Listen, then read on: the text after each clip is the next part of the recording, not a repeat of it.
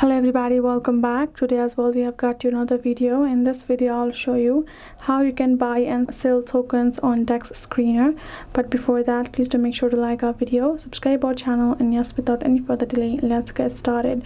So now, if you have been using Dex Screener and if you have been wondering whether that platform is where you can do buy and selling of tokens or not, then to let you know is that Dex Screener is a platform to monitor and analyze tokens on decentralized exchange, right?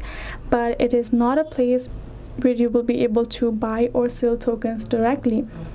So to trade tokens, you will need to navigate to the specific DEX where the tokens is listed and then connect your wallet to the DEX to buy or sell. So for instance, what you gotta do is simply go to the Dex Screener or as a monitoring tool, right? Because Dex Screener simply allows you to track the price and trading volume.